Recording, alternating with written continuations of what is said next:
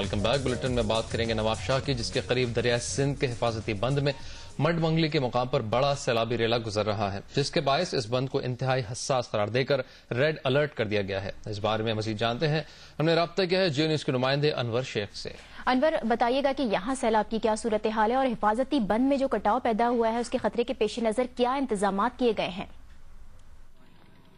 جی ناجیہ، یہ ہے کہ نواب شاہ کے قریب دریائے سندھ میں مڈ منگلی کے مقام پر اس وقت 9.5 لاکھ کیوسک پانی کا بڑا سیلابی ریلا گزر رہا ہے۔ یوں تو سندھ میں دریا کے حفاظتی پشتوں کی لمبائی جو ہے وہ تقریباً میں آپ کو بتاتا چلوں 1200 میل ہے، جبکہ محکمہ آبپاشی سندھ کی جانب سے 145 مقامات کو حساس قرار دیا گیا ہے۔ میں اس وقت یہاں پر مڈ منگلی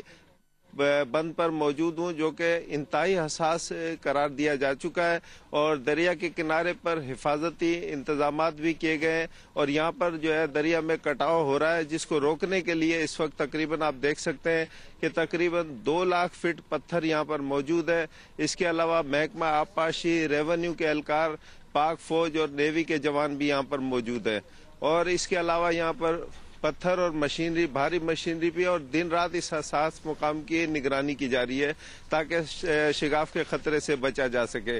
اس کے علاوہ یہاں پر جو بڑے بڑے گاؤں موجود ہیں، جن میں گوٹھ نصیر انڑ ہے، گوٹھ دنگ ہے، فتح پور ہے، مڈ گوٹھ ہے، یہ شامل ہیں۔ یہاں کے رہائشیوں نے احتیاطی تدابیر کے طور پر اپنی خواتین اور بچوں کو یہاں سے منتقل کیا ہے، قیمتی سامان کو یہاں سے منتقل کیا ہے، جبکہ یہاں پر حکام کا کہنا ہے کہ دریا میں شگاف کے خطرے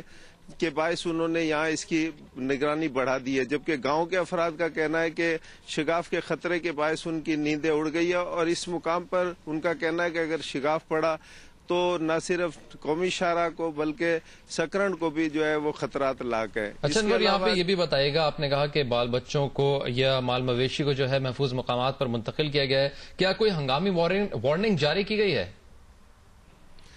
طالب، اس میں یہ ہے کہ ہنگامی وارننگ تو ان کو کئی مرتبہ جاری کی جا چکی ہے، اور یہاں پر یہ بھی ہے کہ تقریباً 30 گاؤں ایسے ہیں جو کہ دریا کے اندر جو ہے کچے میں موجود تھے،